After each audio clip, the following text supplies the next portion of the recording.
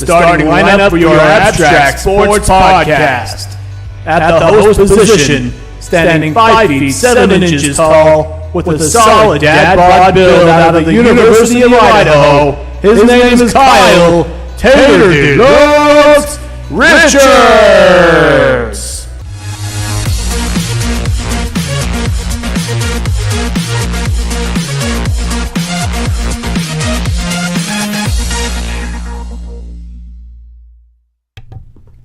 What is going on, everybody? Welcome to the Abstract Sports Podcast, where we bring sports back to life from an abstract perspective, but also looking at it from real storylines as well.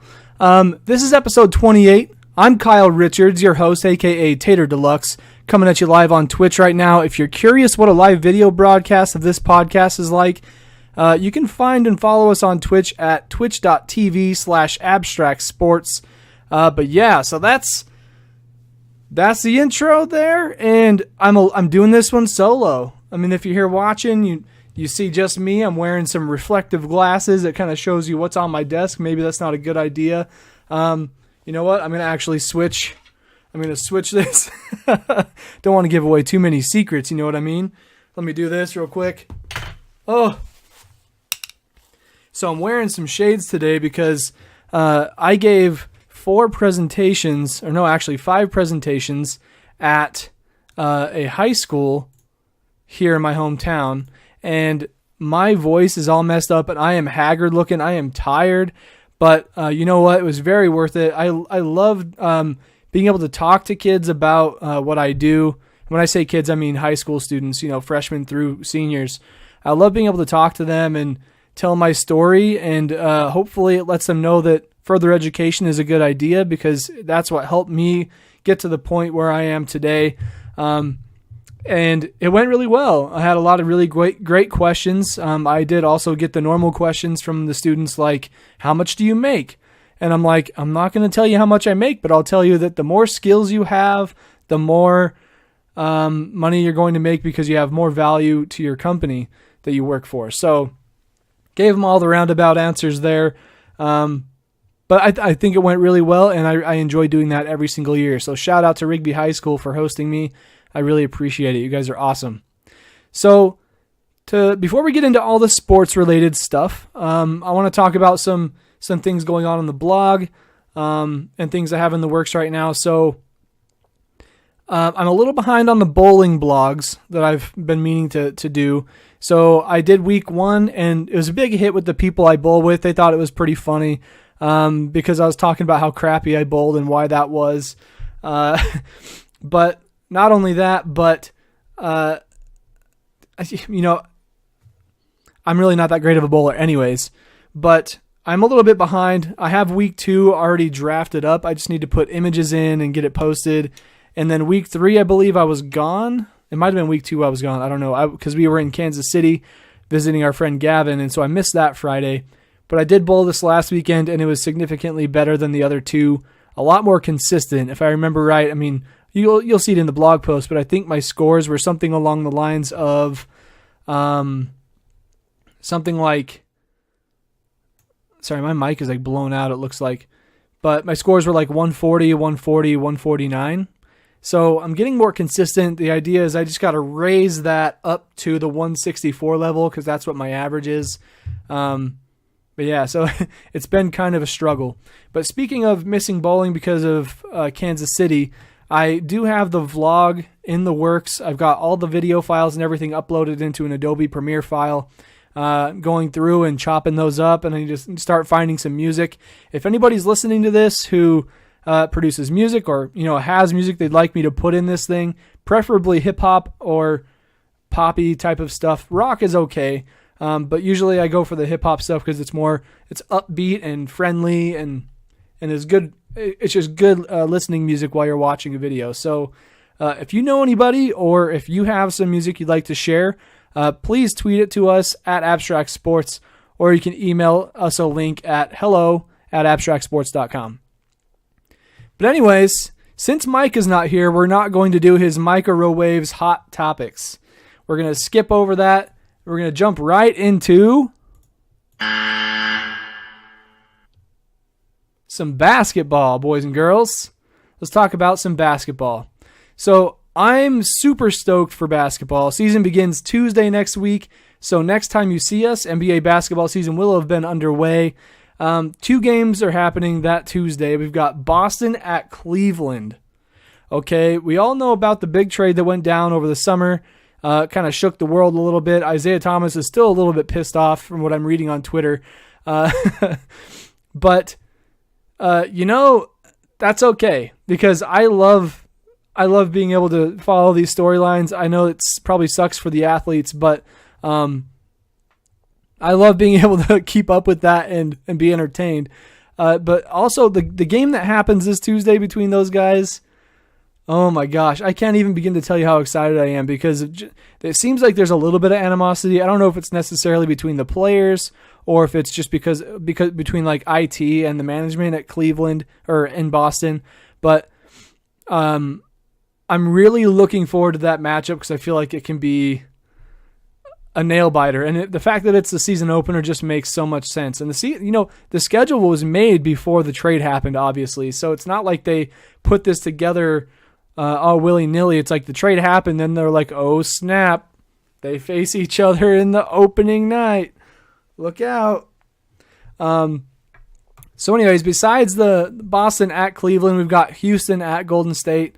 It seems like they're basically trying to pit 2 of the top teams in each conference against each other to start it out, just to get a good ratings boost right at the very beginning, and then we'll kind of see what happens from there. But Houston at Golden State is the other game happening. Let me actually pull those games up. I'm actually glad those games are happening on a Tuesday because I very well might miss that podcast. I hope no automatic audio plays for you guys because some websites have been doing that on me lately and it pisses me off. I just need to see the schedule on the NBA website, okay? All right. So let's see. Excuse me, I'm gassy. Ooh. All that water I'm drinking. So Wednesday, October 11th, that would be today. We don't want that. Tuesday, October 17th, Boston at Cleveland. That game's 8 p.m. Eastern time on TNT. You'll want to catch that. And then right after that, it's a doubleheader. Houston Rockets at Golden State Warriors at 10:30 p.m. Eastern time. So that's going to be a night filled with basketball. I'll come back strong on Wednesday for the podcast to recap those games. I plan to hit basketball pretty hard this year. I mean, I feel like I hit football pretty hard when that season comes up. But, man, this year, basketball is going to be my jam. It always really is. No pun intended with the jam comment. But there you go. Next Tuesday, some basketball stuff's going on. Let's see. What else is happening in the basketball world? Is there really anything? Because I can't think of anything off the top of my head. I'm not entirely prepared this week. Doing this by myself, I feel like this episode might be significantly shorter than previous ones. But I'm loving what I've got going for the intro, and even if this one happens to be 30 minutes long, I'm okay with that because the intro was fire. At least I hope. I'm going to have to listen to it when I go back and see how that went. Because a lot of the audio, I can't hear it. The way my setup is, if I have audio coming through my speakers, you get double audio on your end, which is not bueno.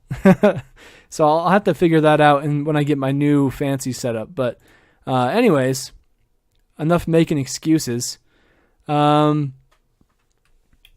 just reading some headlines here. Irving, Celtics edge Hornets in preseason finale. Kyrie puts insane handles on display. That's like every game. On ESPN, Rockets versus Grizzlies at 9:30 p.m. Eastern time. So that's going on in about 4 minutes. Then you got, Andrew Wiggins signing the humongous extension. It's like a 5-year, $146 million extension with the Timberwolves. I'm excited for the Timberwolves this year with Jimmy Buckets on that team. Oh my gosh. Like, talking all this basketball makes me want to go play so bad. I'm pretty sure as soon as this podcast is over, I'm going to go to the gym and I'm going to put up some buckets. Like, I'm going to go make a ton of buckets. That's all I want to do right now. Although this is entertaining. Don't you worry. I'm still here. And then apparently LeBron is not sure if he's going to be available. No, it says Tyronn Lue is not sure of LeBron's status for opener. I'm not sure what his deal is, but in preseason, the last game they played, he was getting some points and stuff, but he seemed kind of gassed. And I think that's just because that last game of the preseason, he was trying to get up to pace of what the regular season is going to be like so that he can prepare to be a winning team, a leader on a winning team, I should say. And I think he gassed himself out. That's me just guessing. But like I was saying, this other headline, I'm just reading things off NBA.com, by the way. Since I'm a little bit unprepared, I apologize for that. But all these things are very relevant, and I can riff off these like nobody's business because it's basketball, and I love basketball. But anyways, according to Isaiah Thomas, going back to his trade talks, he says it still doesn't make any sense. I read some other things, and he's just like, you can tell he's still pissed. And so I cannot wait to see if he comes out and destroys the Celtics, or if Kyrie Irving just destroys Cleveland and by getting Gordon Hayward involved. Oh my gosh, I can't even wait, guys. I can't contain my excitement. But yeah, so that's pretty much what we've got for NBA basketball. Again, college basketball is not quite a month away. Teams are still practicing, and I know Micah and I, when I know he agrees with me on this, but I'm pretty sure we're going to try to catch some games this year. I think the Vandals will be playing in Pocatello, and maybe some games in Boise for the tournament this year instead of Vegas. So really looking forward to that. Moving on to...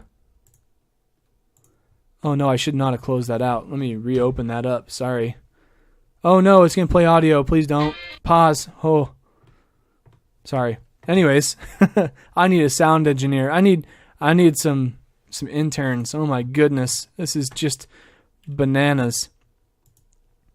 So, going to some hockey, I saw some pretty crazy hockey scores the other day. Let me see if I cannot find them. I saw one score that was like 9-1. Oh my gosh. My computer pissing me off. Oh my goodness. Okay, here we go. All right. NHL. It was like 9-1. I'm pretty sure it was the Blackhawks, or the Penguins actually. Sidney Crosby and gang. Let's see, scores. Was it Tuesday? No. It seems like the scores this year in hockey are higher than I remember them getting in recent time. Like up to like every week there's like a 5-point game. I don't know, or every day. I don't know what I'm trying to say here. Like there's a game here between Maple Leafs and Rangers back on Saturday, 8-5 Maple Leafs. That's just a lot of scoring for hockey, it seems. Where the heck is that game? There it is. Okay, it was the Blackhawks and Penguins. I was thinking it was either the Penguins or the Blackhawks. Blackhawks bested the Penguins 10-1. 10-1. I'm pretty sure it's Sidney Crosby who's on the Blackhawks, isn't it? I'm not a hockey guy. Not super duper anyways. Sidney Crosby. I just know that he's like a god when it comes to hockey. Okay, he's on the Penguins, so his team got destroyed. Who is it that I'm thinking of then? Who is the guy? I'm going to say guy on Blackhawks. Let's see. Their roster. Maybe that'll help. Please don't give me any freaking automatic audio. I will hurt you, internet. All right, I think we're good. What name rings a bell in here? We got Anisimov, Boma, Debrincat. Such Canadian names. Hartman. Oh, you getting audio from ads. Hartman, Hayden, Hossa, Kane, Caro, Panic, Sad, Schmaltz, Sharp, Tuies, Tutu, and Wingles. None of those guys sound familiar at all.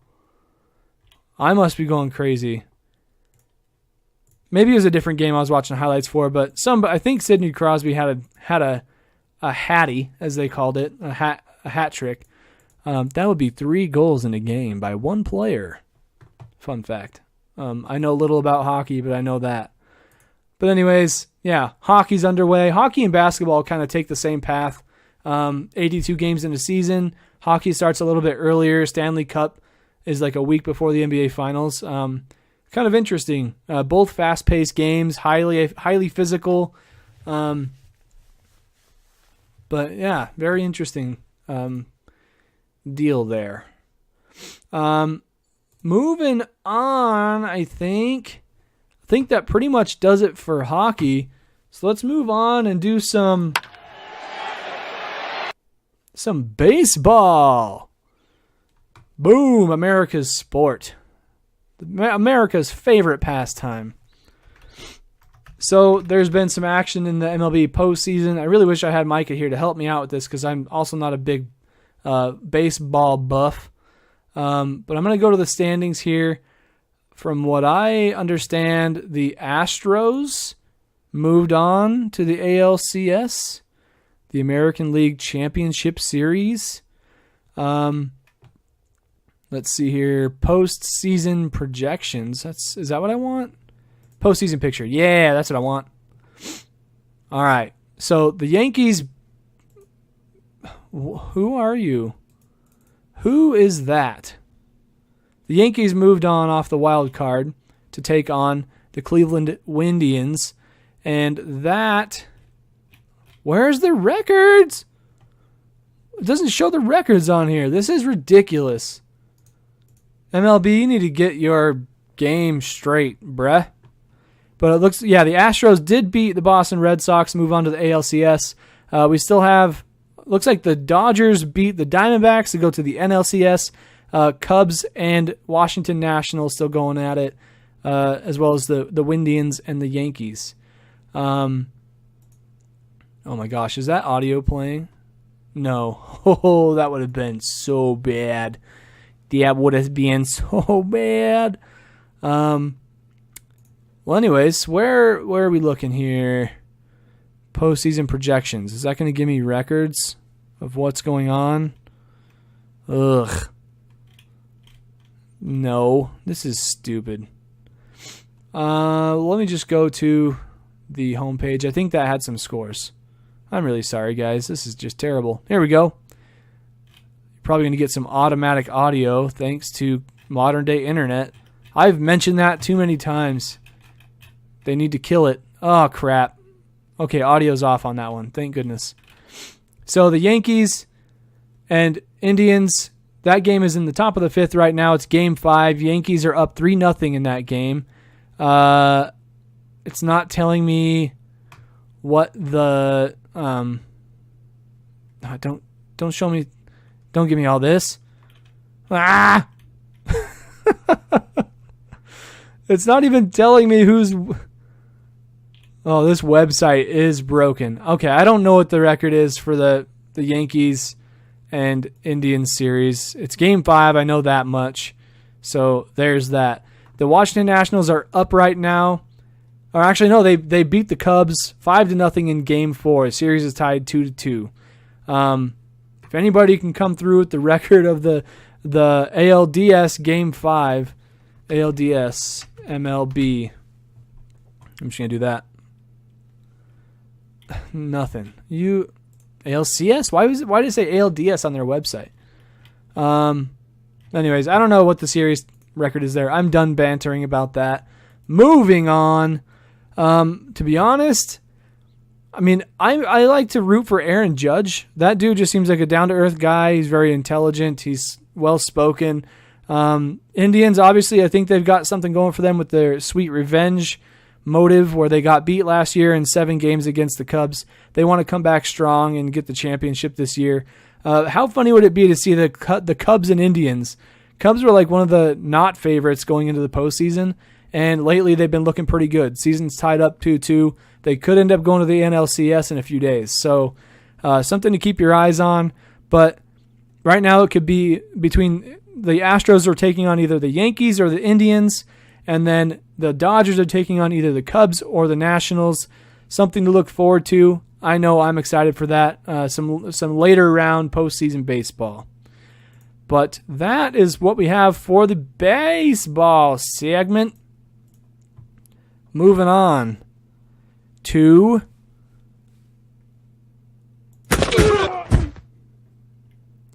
Huck'em Chuck'em football. That's right. So today I want to talk about Mitchell Trubisky's debut. How about that guy, huh? He comes out Monday Night Football. He's on the biggest stage beyond, it's not playoff game or Super Bowl by any means, but Monday Night Football. It's about the biggest, most stressful stage you can be on as a rookie quarterback getting his first start. Monday Night Lights. With, playing in front of his home crowd with a lot of hopeful fans who want him to do well. This is a guy who got drafted way earlier in the draft than people thought he would, and Bears fans were surprised that they even traded up to pick him up. And so they want to see him succeed. Otherwise, they're going to be pissed, the Bears fans. But from what I watched, it seemed like Trubisky handled everything very well. He completed a lot of passes right out of the gate. The running game was not very strong for the Bears. I actually don't remember what the score of that game was, but I think the Bears won. Maybe not, but I know that Trubisky did a dang good job. Pretty excited to see what he goes on to do the rest of this season. Let's see. So if I can go to schedule, and then I can go back 1 week and check out the scores. Let's see here. Week 5. Yeah, so Bears-Vikings. Vikings won 20-17. I think it was on a field goal, last-minute field goal. If I remember right, I'm not entirely sure. But regardless, Trubisky looked promising. I think Bears fans have something to look forward to.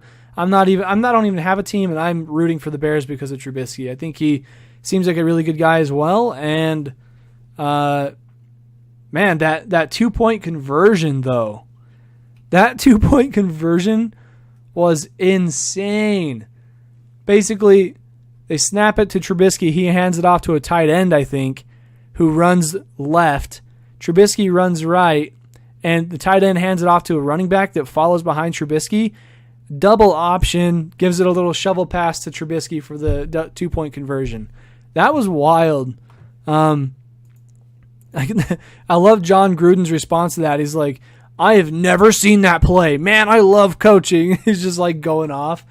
So funny. I love that guy. I love John Gruden. I mean, he has his mannerisms, he has his things, but what a funny dude. I like him.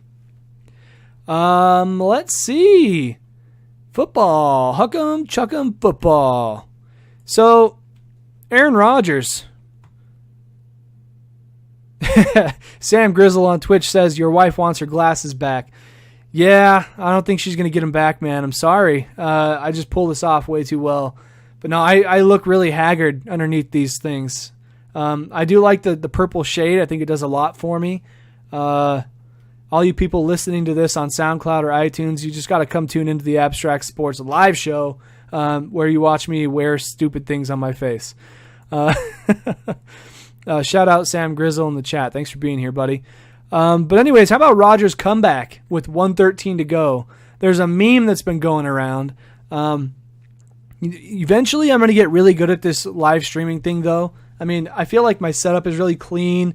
I'm watching my recording here, and it looks crisp as all hell. But one of these days, I'm going to get good enough where I just can drag. I'll drag screen caps or screen grabs right over into the stream so you can see the things I'm talking about. But that's coming down the road.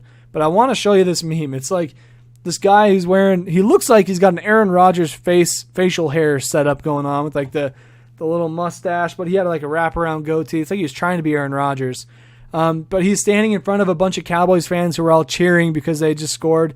Or I don't know if they even scored, but they were up by 5, I think, going into the final drive. The Packers had 1:13 to go. And of course, Aaron Rodgers, like the most clutch quarterback of all time. I mean, I don't know if that stands true, but he's pretty freaking clutch. Like last year, he beat the Cowboys in the exact same fashion by going down on a last-second drive and beating them. He's also had those Hail Mary touchdowns that kill teams and all their hopes and spirits. But that meme was so great, it went viral, and he's just like laughing. He's like, And he's like, these guys cheering with 113 to go, LMAO. Oh, man. Because, like, after the fact, when you see that, you're like, oh, because the Cowboys lost. So, pretty good stuff. So, there's some other things in the NFL that are kind of crazy to me right now. Hold on, I need to make a note here. What is it with all these players getting injured lately? Like, we lost David Johnson really early in the season, if not preseason, and he was the number 1 draft pick on fantasy leagues. Highly projected guy going into the season. He's gone already for the whole season. We lost Brandon Marshall over the weekend to like a fracture.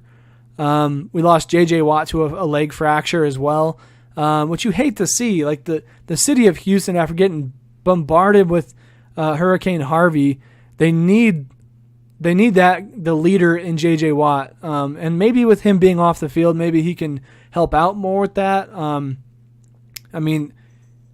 I hope that he can. It's just, the city of Houston kind of needs a guy to lift them up, and J.J. Watt is totally that guy. All the money he raised for that city to help give back to the people and get them on their feet is just astounding. So you hate to see a guy go down in pain like that, and they had the cameras all up in his face, like JJ, hey JJ, like people want to see you, JJ, and he's just like scratching his head. He's got his hat off his head, and he's like, I can't believe this is happening. And that type of stuff kind of hurts. Like you don't want to see a guy like J.J. Watt go down.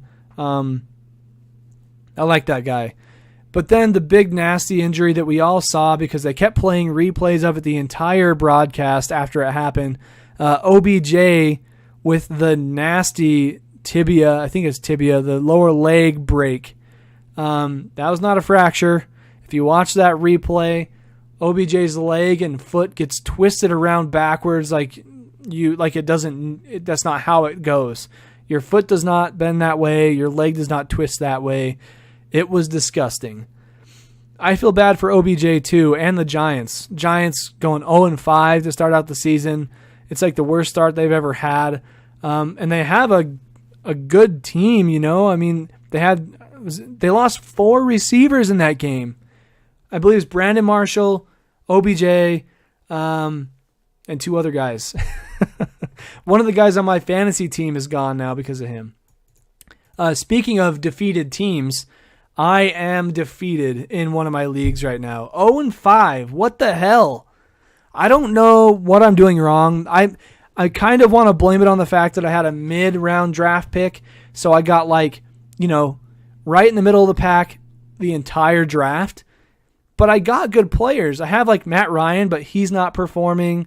I had David Johnson. He was my first pick, but obviously he's out for the season. Maybe that's what's hurting me is injuries. But anyways, going back to the Giants, it sucks to see OBJ go down. And he's got an attitude. He's got maturation problems, but I think his mind is in the right place, and he does a lot for his community. Those are the types of things I look to when I get upset about players getting hurt or whatever. It's like these guys do a lot for their team and their community, and then when they get hurt, it's just kind of it's like a shot to the gut. There's nothing you can do. So here's hoping that the Giants team can get a little better in health terms. They're 0-5. You can pretty much say that they're out of the playoffs unless they would win every game. But anyways, thoughts out to those guys in New York Giants territory. Other big news that came out, I believe yesterday or the day before, Adrian Peterson traded to the Cardinals.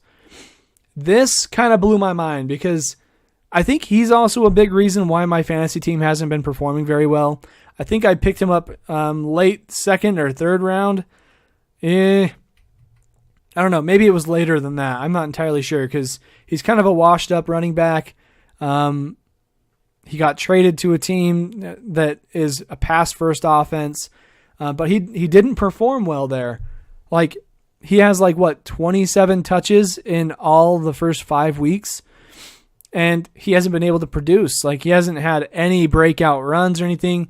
He seems to have the speed, but he can't get that first cut to get him free. So I don't know what the heck's going on with him. I hope he figures it out, but After the last 5 weeks, I'm like ready to drop his ass and like put him on the waivers and let somebody else come through and suffer when they pick him up and he doesn't perform. But I have some hopes that he will do something in Arizona. I mean, their offensive line is definitely struggling. As soon as he got traded to the Cardinals, I looked up a guy named Mike Iupati. He's an Idaho Vandal offensive guard, and this dude is humongous. I played basketball with the guy. He's super nice, super friendly dude, but I would not want to be in front of him on a football field. Dude is huge. And he was on that team with Colin Kaepernick when they went to the Super Bowl, and they had Frank Gore, I think, still, and he was helping push them through for touchdowns all the time. And he was getting called out in the broadcast like, Big Mike Iupati out of Idaho, this guy pushing people around. That's my best John Gruden impersonation, by the way. But he did good, but I did see that back in like late September, so like not even 2 weeks ago, he went down with some sort of a leg injury that required surgery, which sucks for a big guy because after that, you got to hope they come back super strong or they might be in trouble because, I mean, all that weight on their leg, he's just got to rehab that thing right. But anyways, going back to Adrian Peterson, I was hoping Big Mike was going to be there for him to help block because I think he can help him get some yardage, but it looks like he won't be.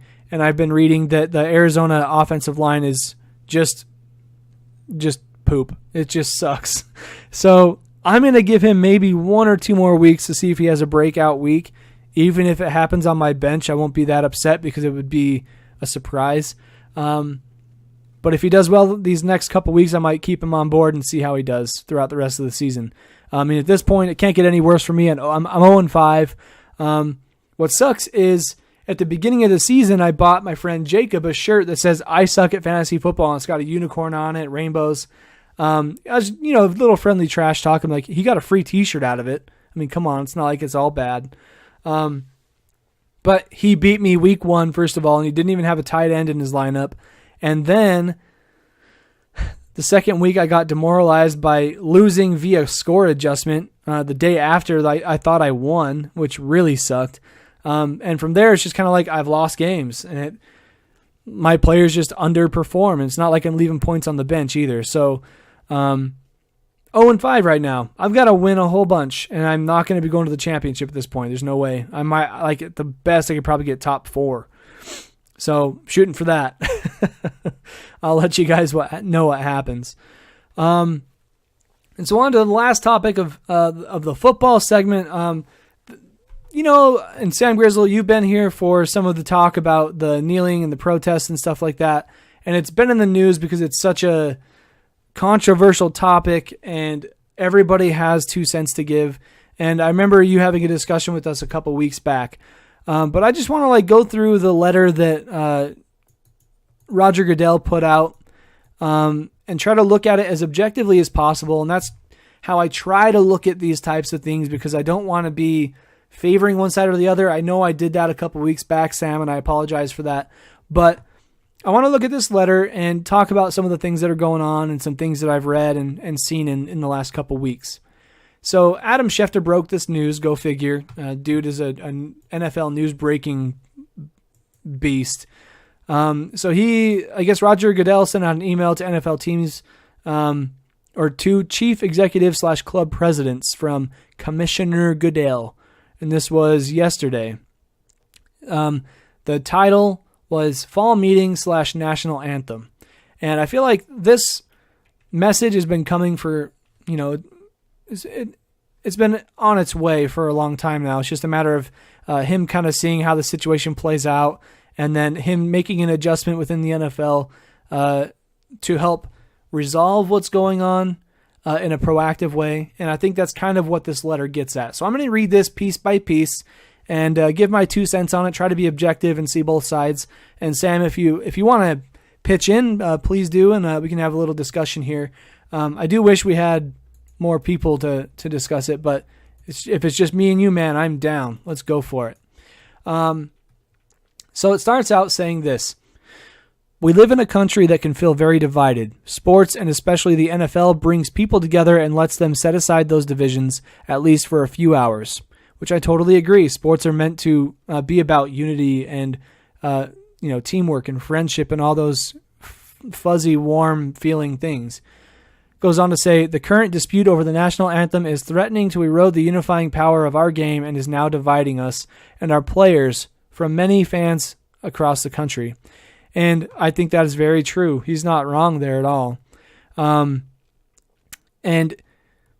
when he says that it's threatening to erode the unifying power of our game, I think it is, because it's such a divided topic that they're talking about, that it doesn't allow the fans and the teams and the players and everybody to come to an understanding all at the same time.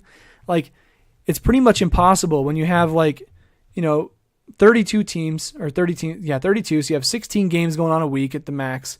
And each one of those events is an event where players can kneel. It's a different community within the NFL scope. Like San Francisco is a different community from Boston, for example. So fans might be more open to the kneeling thing in one area than the other. And also fans who are against the kneeling might be more prominent in other areas than the other.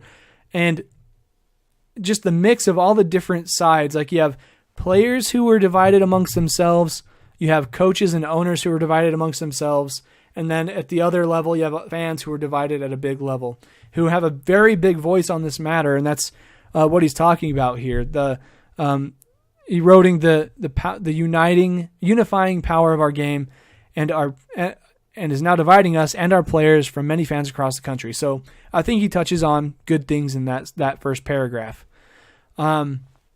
Second paragraph goes on to say, I'm very proud of our players and owners who have done the hard work over the past year to listen, understand, and attempt to address the underlying issues within their communities. At our September committee meetings, we heard directly from several players about why these issues are so important to them and how we can support their work. And last week, we met with the leadership of the NFL Players Association and more players to advance the dialogue, which I think is an enormous step. One thing that has been missing from this entire issue ever since Colin Kaepernick started kneeling over a year ago was the support from administration officials, whether it's a coach, an owner, or even higher up like Roger Goodell.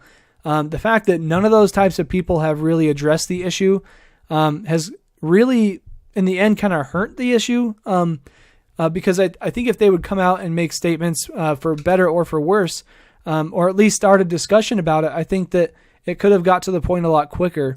And now it just seems like, I think I mentioned this before, but it seems like the discussion, it shifted from bringing awareness to police brutality and oppression in our country to basically like we need to save we need to stand up as coaches that we're not going to let the commissioner do this to us, rather than standing up for the players who are doing a silent protest that is not hurting anybody. And I mean, that's just true. They're not physically hurting anybody. They're practicing their rights. I definitely see the frustration that people take with it because of how they see the flag. And so I do see that side of the argument. And so when he talks about how he's proud of our players and what they've done, I think that's really important. Like, one thing that I mentioned that could be a part of the solution to the problem is with the NFLPA, the power that they have, set up some sort of an organization or an outlet for players from every community, every team, to be able to carry out this protest into an active dialogue in their respective communities. So then they're tackling the issue on an individual basis everywhere, all at the same time, much like I mentioned is a problem when it comes to fans plus ownership plus coaching and players. So I think it is really great. Everything that players do for their communities is tremendous. If I was in a position to do something like that, I totally would. And so it's really cool to see that players are trying to step up and put themselves in a broader spotlight, and instead of like risking their jobs and doing a kneel, they're going and talking to the administration people and being like, something needs to be done about this, and increasingly so. So moving on. Like many of our fans, we believe that everyone should stand for the national anthem. And when he says many of our fans, I don't. It's obviously pretty hard to get a percentage, but I would love to see a percentage on whether fans are like on one side, the other, or indifferent on this matter. It'd be really interesting to see that number because I feel like it's like 50-50, you know? And that's what makes it so much more dividing is because it's so close. There's not one side that can overpower the other, although that's not really how that should work. But I'm just saying that both parties seem equally represented, which I think is a great opportunity for unifying and coming together and trying to understand one another. And right there, I just want to start, make a little comment about something I read recently. It reminded me about like when this protest started. I read about how, what's his name? Nate Boyer.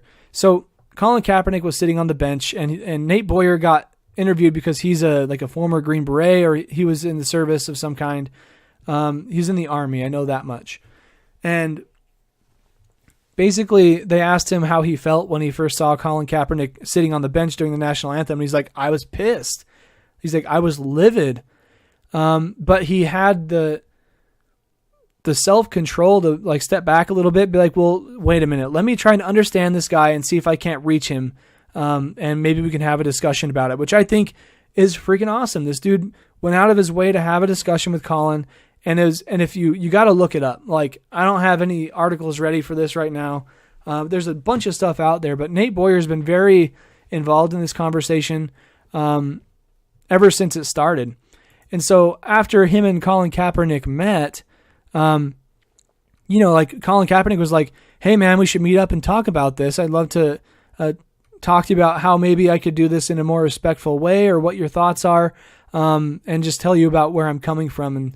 And Nate Boyer totally understood where he was coming from. And he's the one that mentioned like, well, maybe you should kneel because that's what we do when we have lost a brother in the Army, or like we've lost a soldier. We kneel when we pray, all the things that you've probably heard in the arguments on that side.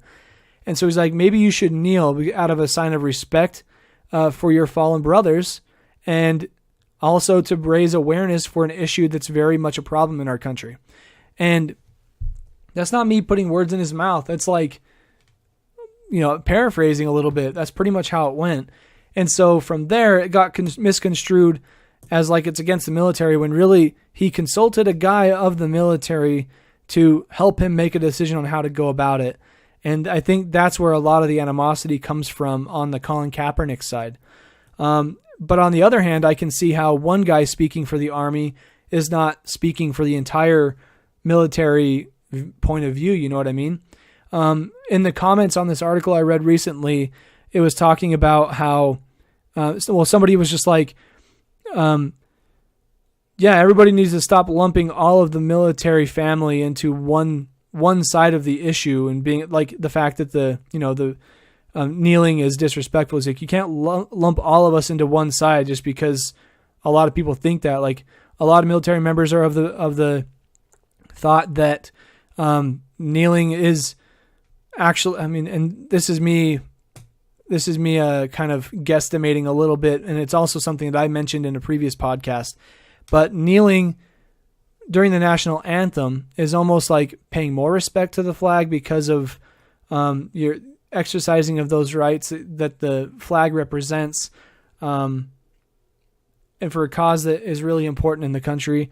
And I don't want to go too crazy down that path, but it says something when the military is also divided on the issue, because not all of them are against the kneeling, but yet not all of them think that it's a good idea in terms of how they should represent their country and whatnot.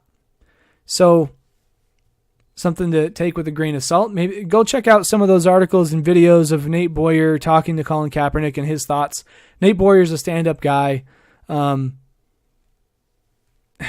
I that's like the coolest part of this whole thing is that it started out with a lot of hope that something could get done on an issue that clearly a lot of players feel passionate about and feel needs to be discussed. And then it kind of got twisted into this almost like a money-hungry thing, and we'll get into that more as we go. I think, with this letter. So he goes on to say in that paragraph, he says, like many of our fans, we believe that everyone should stand for the national anthem. It is an important moment in our game. We want to honor our flag and our country, and our fans expect that of us. And I would say that it is expected at a game. Nowadays, maybe not all fans expect it. It's like I was saying, I think it's kind of 50-50. But he goes on to say, we also care deeply about our players and respect their opinions and concerns about critical social issues. The controversy over the anthem is a barrier to having honest conversations and making real progress on the underlying issues. We need to move past this controversy, and we want to do that together with our players. Okay, so here's where he starts to dig in a little bit further. And I'm not entirely sure how I feel about this. He starts out by saying, we also care deeply about our players and respect their opinions, but basically, the controversy over the anthem is a barrier to having these conversations. No, I don't think that's true. Because the moment that a player is kneeling is a time when somebody, after the game, obviously, or in the locker room, or on social media, however you want to get a hold of somebody, if you see them kneeling, like right out the gate when Colin Kaepernick did that, nobody really, besides Nate Boyer, really took the time to try and understand his story.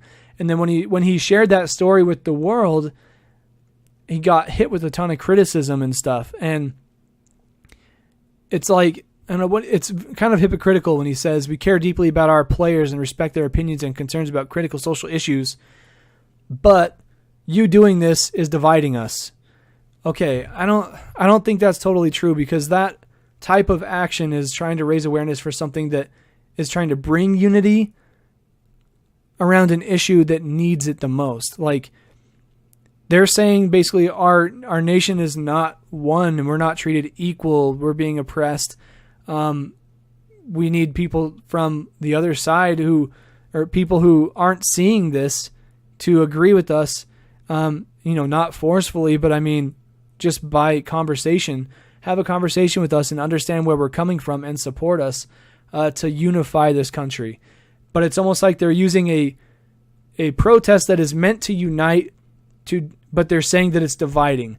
And obviously it is dividing. You can look at the numbers, you can look at the Twitter stories, you can look at all those things. It's clearly dividing people.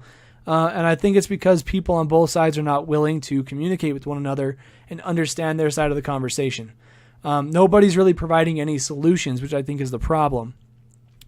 It's just been a lot of not like, I'd say there's not been any public solutions. The one I mentioned last week and maybe a couple weeks ago was taketheleadboston.org. Those guys put together a thing where all teams in the Boston area are carrying out an initiative to educate the public on these civil rights issues, specifically relating to the protests that started over a year ago with Colin Kaepernick. And I think that's beautiful. Every team should be trying to do something like that. So the fact that there are solutions out there, I want to see what happens. I want to see more teams get involved with that. And I want to see a documentary come out of this, just to be a big unifying movie that everybody sees, because everybody knows the topic of kneeling during the national anthem these days, even if you're not a sports fan. That movie or that documentary, whatever it's going to be, has a potential to be a unifying moment in recent sports history that we've never really had the chance to experience, at least not me in my lifetime. So I want to see that, I'm calling it now. A documentary needs to come out documenting all of this proactive discussion within these NFL teams' communities, and put it in a freaking movie theater. I want to go to a place that's super diverse. People from all over the place are in this theater and watch this thing together and have a big happy party about it. I see some good things coming. Unfortunately, it's gonna there's gonna be some arguments along the way. So going on, building on many discussions with clubs and players, we have worked to develop a plan that we will review with you at next week's league meeting. This will include such elements as an in-season platform to promote the work of our players on these core issues. That's the documentary I'm talking about. They need to like get a team of marketing people together, team of videographers, photographers, when they go out and do these things in their community, and show the people what good can do when you have a discussion, because that will educate both sides and all is good. No harm, no foul. He says, this would include such elements as an in-season platform to promote the work of our players on these core issues. Again, thinking on that, maybe it's a video that happens before every game to show what's going on, and then they can stand for the national anthem. I don't know. He says, we want to ensure that any work at the league level is consistent with the work that each club is doing in its own community, and that we dedicate a platform that can enable these initiatives to succeed. Additionally, we will continue the unprecedented dialogue with our players. Okay, that's kind of like a garbage second half paragraph, I think. We want to ensure that any work at the league level is consistent with the work that each club is doing in its own community. Okay, so the NFL, like whatever, basically the league would share or showcase the stories going on in each community about this project, and support them in whatever they do. I think that's okay. That makes sense. And finally, the last paragraph, I expect and look forward to a full and open discussion of these issues when we meet next week in New York. Everyone involved in the game needs to come together on a path forward to continue to be a force for good within our communities, protect the game, and preserve our relationship with fans throughout the country. I love how he just peppers in protect the game. It's like, and going off of that, the first comment I'm seeing here, translation, we are losing money, so instruct your players to stand. That's basically what it sounds like right there. And preserve our relationship with fans throughout the country. The NFL is at its best when we ourselves are unified. In that spirit, let's resolve that next week. We will meet this challenge in a unified and positive way. Wow. That's kind of a lot to take in. I think good on Roger Goodell for coming out with a response to all of this stuff that's been going on. I think he hit on a lot of good points, and I think that he also made some statements that have like a greedy undertone to it, where he's like, we're losing ratings, we're losing fans, we're losing these things. So we need to hurry and come to a solution quick, and so that we can fix the problem. And that quick solution, I think he wants people to stand, but give them a platform to carry out their doings. I don't know. Because I've read some things that I agree with on both sides, and so I'm kind of torn on what he's saying here. But I do love that he's trying to do something about it at one level or another. I just don't think he was proactive enough, and the fact that he's doing this in a private meeting where, the fans want to know what's going on. I'm sure there's going to be some sort of disclosure about that after the fact. But it sounds like a lot more players are going to be at this meeting because they want to have their voice heard in this discussion, to try and, sway it one way or the other. Because, this is me going off, not off the record, this is on the record, it's recorded and live on the internet, but I'm very much of the belief that they have the right to kneel. They've mentioned several times that it's not out of disrespect for the military, although some people take it that way. And also out of the gate when Colin Kaepernick was kneeling, it was taken at the advice of an Army veteran. I just don't think that you can nitpick like that when he had all the right intentions, and for a good cause that is an issue in this country.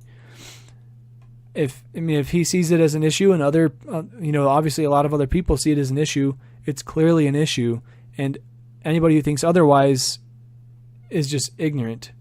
That's me just going out there on a limb and diving right off into the water. So anyways, I'm really interested to hear what happens with this meeting with Roger Goodell and team executives and hopefully a whole bunch of players. Eric Reid has been very outspoken on the issue. One thing that he mentioned recently when somebody, I don't remember, what was the comment that was made? Oh yeah, so this, shoot, let me go find it. Let me hop over to my Twitter real quick. Sorry guys. Once again, not completely prepared. Let me go to my tweets and replies. Crap, I hope this audio is not playing. Ugh, it's the worst. All right, let's see here. Tweets and replies.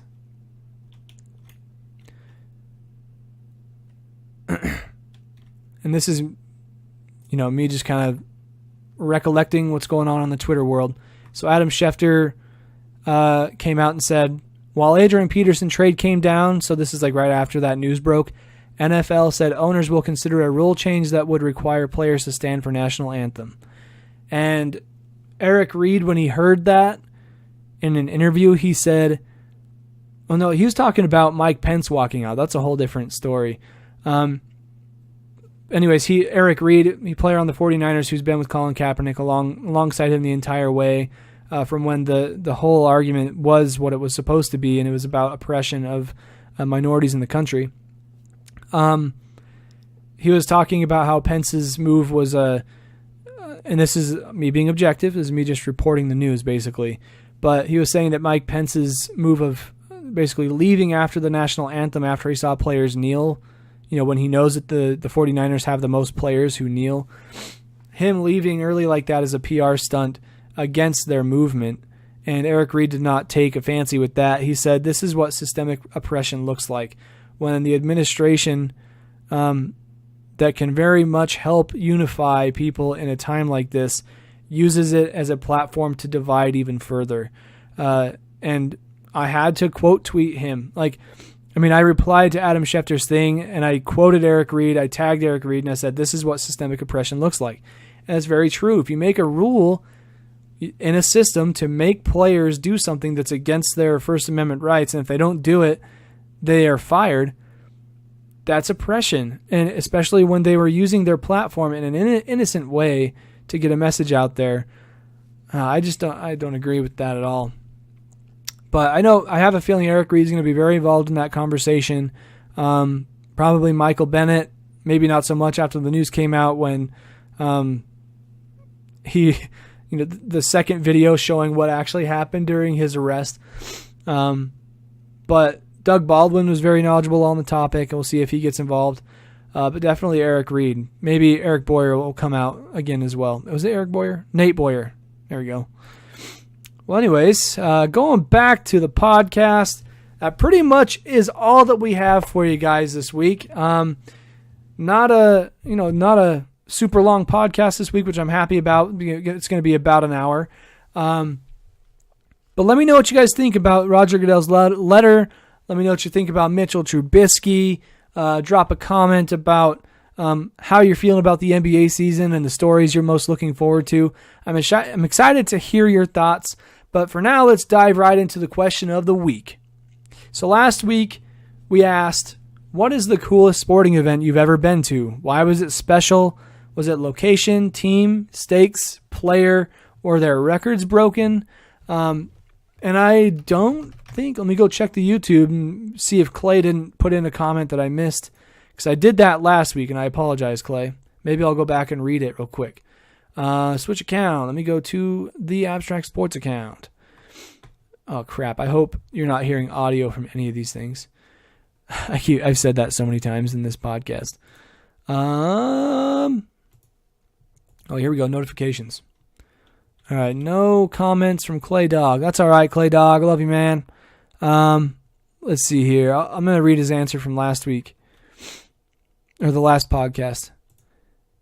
Oh, shoot. Pause. Pause. There we go. Got it. So when we were talking about what our question a couple weeks back was asking what your proactive solution would be to the issue, Clay basically came out and commented saying, they have the right to kneel, man. People just follow the leaders like sheep and repeat the same thing. People need some intangibles in their life. That's a quote from Clay Dog. And it's still a very relevant comment because we're talking about similar things still. But anyways, we didn't get any answers this week, so I'm going to go ahead and give you my answer. Again, the question was, what is the coolest sporting event you've ever been to? Why was it special? Was it location, team, stakes, player, were their records broken? I've got a few, guys. I want to share a few because I seek out these events as much as I can given my geographic location. And I'll tell you what, I've made it to some real winners. So I have to say, and I'll go from like, I'll give you my best one last. One of the coolest sporting events I've ever participated in or gone to was the last rival game between Boise State University and Idaho Vandals. So this is a rivalry that goes back like decades upon decades. Back in the day, like in the 80s, we used to stomp Boise State, and then they turned their program around, and they started stomping us, and it's pretty much been that way ever since. And there's a lot of drama that happened where their athletic director, I believe, got his jimmies got rustled when an opinion piece reached his desk. And this is from a University of Idaho student. The opinion piece said something about, something about the rivalry, and it really ticked off their athletic director or whoever it was. And he basically came out and said that the Idaho Vandals, like, we don't ever want to go back there and play them again. They're just nasty and inebriated. It's like, okay, well, what college student is not inebriated at a football game besides BYU attendees? I mean, not everybody's inebriated, but it's a college campus, tailgating. What goes with that? It's just going to happen. And so I was at the last game that Boise State played in Moscow, and it was a beautiful thing. Like, that was the loudest the Kibbie Dome has ever been. The stadium was packed. It's it's the only Division I indoor stadium. And so when that thing is packed, it's loud, super loud. And I wish I could have had better seats. But the people in the front row, there were like a bunch of dudes and chicks and stuff who had their shirts off. I mean, they had sports bras on, of course. No indecency. And they, on their chests and their bellies, they had painted in an organized fashion. It read all the way across. It said, "Nasty and inebriated." That's a lot of people that had to get organized to make that sign happen. And we had some pretty good plays to start out the game. And if we would have upset them at home that night, oh my gosh, the town would have burned down. Just how rowdy and rambunctious it was.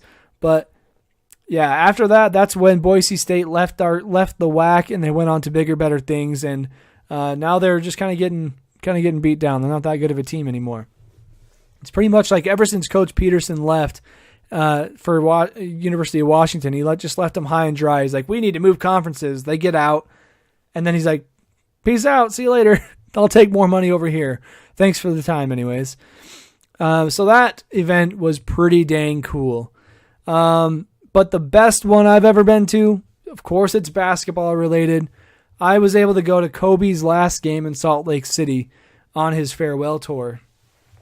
Super cool experience. Like, this is a guy that I followed pretty much his entire career, all the way from the point when I was 10 or 11. I think he came in the league when I was like 8 or 9, but I didn't notice him until I was like 10 or 11. And that's pretty much when I switched from being a Michael Jordan fan to being a Kobe Bryant fan. I was like right in the middle there. MJ had his streak in the 90s that was really good, and I'll never forget watching those playoff games against the Seattle Supersonics and the Trailblazers, I think, in 96, 97, 97, 98. And that's why I have that song playing on the introduction, is the Chicago Bulls theme song, because it just gets me fired up. It takes me back to that time. But anyways, I got to see Kobe's last game in Salt Lake City, and maybe one of these days I'll share the video of the introduction for him. They played a video showing some of his highlights from when he would beat down the Jazz in the playoffs, and also back to the time when Kobe was, when he was very young, like 18, 19, and airballing game-winning shots against the Jazz and getting booed and everything. So that was really cool because the fans, like those fans, really any professional sports fan can appreciate a talent when a talent's time is done. And getting to be there for Kobe's last game was just surreal to me. It was so loud in there, and oh my gosh, so cool. And at the end of the game, this kid was standing kind of by the bench, and Kobe signed his shoes and threw them to him in the crowd. Just stand up move there. I wish it was me getting those shoes, though. But that's the question from last week. Those are my two favorite things. The Boise State-Idaho game is a pretty close second there because, as much as Kobe has been an influence to me in my life, Idaho Vandals are family, dude, and that game was just on a different level. So, anyways, on to what is going to be the question for next week.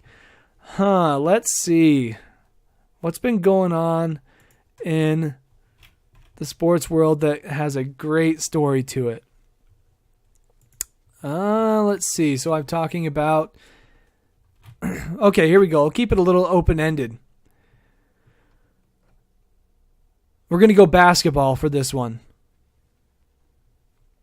Who do you think... Here's the question for next week. The question is, for the NBA season opener on Tuesday, October 17th, 2017, who do you think is going to win between the Cavaliers and the Boston Celtics? Do you think it's going to be a game that is just a showdown between the point guards, or do you think other players are going to take over? Do you think Gordon Hayward and Isaiah Thomas are going to mesh well together? I don't know. I don't think they will, but I want to see Boston beat Cleveland. I do. I really do. I like Kyrie Irving, and Gordon Hayward making that move. Bold strategy, Cotton.